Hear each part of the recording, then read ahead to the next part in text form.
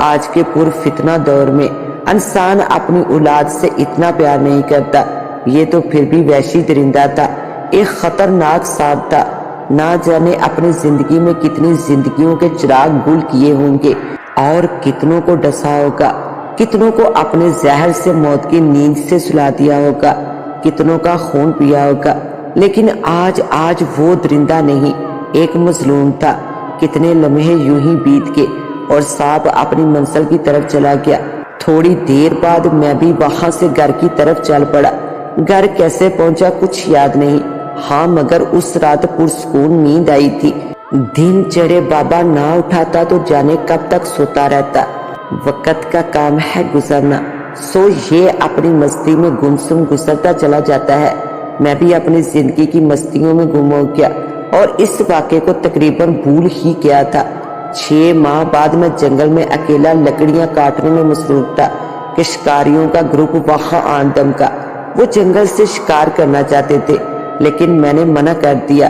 ارے بھائی، یہ جنگل میرا ہے، میں یہاں شکار کی اجازت نہیں دے سکتا۔ اسی بات پر تو میں ہو گئی اور بات ہاتھا پائی تک جا پہنچی۔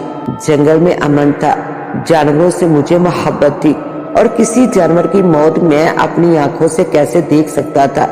جانوروں کے لیے میں مسیحا تھا، ان کا ہمدرد ہمنوا۔ وہی تو میرے دکھ سکھ کے ساتھی تھے، انہی میں کھیل کود کر تو میں جوان ہوا تھا۔ اب کیسے ان شکاریوں کو شکار کرنے دیتا؟ میں نے انہیں بہت منع کیا لیکن میرا منع کرنے کا ان پر اثر نہ ہوا اور وہ ہاتھا پائی پر اتر آئے۔ وہ مجھے پیچھے دھکیلتے ہوئے آگے کو بڑھ گئے۔ تھوڑی دور سامنے ہرن چل رہا تھا، انہوں نے اس پر بندوقیں تان لی۔ لمحہ بھر میں انہوں نے فائر کھول دیا۔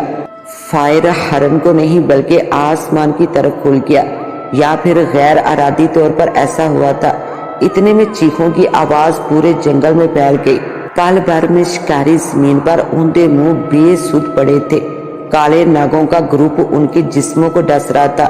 ان میں ایک بوڑھا سانپ درمیان میں پھن پھیلائے بیٹھا تھا۔ جیسے ہی ایک سانپ میری طرف بڑھا، وہ بوڑھا سانپ آگے آ گیا۔ ان دونوں نے ایک دوسرے کے منہ سے منہ ملایا، جانے کوئی بات ہوئی ہوگی۔ پھر دونوں شانت ہو کے بوڑھا سانپ میری طرف دیکھ رہا تھا اور باقی تمام سانپ اس کے ارد گرد جمع ہو گئے تھے۔ میں دور کھڑا انہی کو دیکھ رہا تھا۔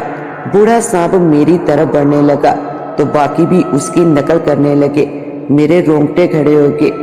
میں اس وقت بہت ڈر گیا، میری جان پر بن گئی تھی۔ شکاریوں کا جو حشر ہوا تھا وہ میرے سامنے تھا۔ شاید اب میری باری تھی۔ پہلے تو میں بہت ڈر گیا لیکن دوسرے ہی لمحے میں پرسکون ہو گیا کیونکہ میری نظر اس پٹی والے سانپ پر پڑی جس کے میں نے کانٹے نکالے تھے۔ ابھی تک وہ پٹی اس کے جسم کے گرد لپٹی ہوئی تھی، ہو سکتا ہے اس نے نشانی کے طور پر سنبھال رکھی ہو۔ ابھی تک اس سے چھٹکارا حاصل نہیں کیا تھا۔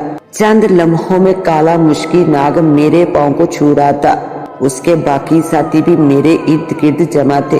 چند شرارتی میرے جسم پر چڑھ دوڑے لیکن میں گھبرایا نہیں بلکہ خوش ہو رہا تھا، جیسے باپ اپنے بچوں کے ساتھ بچہ بن کر کھیلتا ہے۔ میں بھی ان کے ساتھ کھیلنے لگا تھا۔ تب مجھے پتا چلا کہ وہ سانپ مادا تھا، یعنی سپنی تھی، اور اس کے ارد گرد پھرنے والے اس کے بچے تھے۔ آج کالے مشکی ناگ نے مجھے شکاریوں سے بچا کر اپنا بدلہ چکا دیا تھا۔ شکاری اپنے کیے کی سزا بھگت چکے تھے اور مجھے اپنے دوستوں سے ملا کے میں نے سانپ کی پٹی کھول دی۔ اس کے زخم بہت مدم ہو گئے تھے اور اب معمولی سے نشان باقی تھے۔ اس واقعے کو 2 سال بیت چکے ہیں۔ میں آج بھی جنگل میں تنہا گھومتا ہوں۔ میرے ماں باپ اللہ تعالیٰ کو پیارے ہو گئے ہیں۔ مجھے اکیلے رہتے ہوئے کوئی پریشانی نہیں ہے کیونکہ یہی ناگن دوست میری مدد کرتی رہتی ہے۔ میں جہاں بھی جاتا ہوں خود کو ایک حصار میں پاتا ہوں، کوئی غیبی میری مدد کر رہا ہوتا ہے۔ میں جب گھر پہنچتا ہوں تو میرا کھانا تیار ہوتا ہے، مجھے کھانا نہیں بنانا پڑتا۔ یہ کارنامے سپنی ہی دے رہی ہے۔ سپنی کھانا پکاتی ہے اور پھر اپنی دنیا میں لوٹ جاتی ہے۔ ہاں، میرے ارد گرد وہ موجود ضرور رہتی ہے۔ مجھے کسی سے کوئی خطرہ نہیں ہے کیونکہ میری مدد کرنے کے لیے میرے دوست ہر وقت موجود رہتے ہیں۔ یہ الگ بات ہے وہ میرے سوا کسی کو نظر نہیں آتے۔ جنات غیر مری ہوتے ہیں جو ہر کسی کو نظر نہیں آتے۔ وہ ناگن اصل میں جنات سے تھی، مومن جنات سے۔ یہ انسان دوست ہوتے ہیں، انسانوں کو نقصان نہیں پہنچاتے۔ یہی راز ہے جو میرے سینے میں قید تھا۔ آج اس راز سے اس لیے پردہ اٹھایا کہ میری زندگی ابدی زندگی سے قریب تر ہے، اور یہ راز بھی میری زندگی کے ساتھ ہی دفن ہو جاتا۔ جو اللہ کی مخلوق کے ساتھ رحم اور محبت کرتا ہے، اللہ تعالیٰ اسے 70 ماؤں سے بھی بڑھ کر پیار کرتا ہے۔ بس دیکھنے والی آنکھ، سوچنے کے لیے دماغ اور دل میں یاد الہی شامل ہو۔ تو معزز ناظرین، کیسی لگی آپ کو آج کی کہانی؟ اپنی رائے سے ضرور نوازیے گا۔ اس کے ساتھ ہی اپنی ہوسٹ دعا بٹ کو دے اجازت۔ ملتے ہیں انشاءاللہ ایک نیو ویڈیو کے ساتھ، تب تک کے لیے اللہ نگہبان۔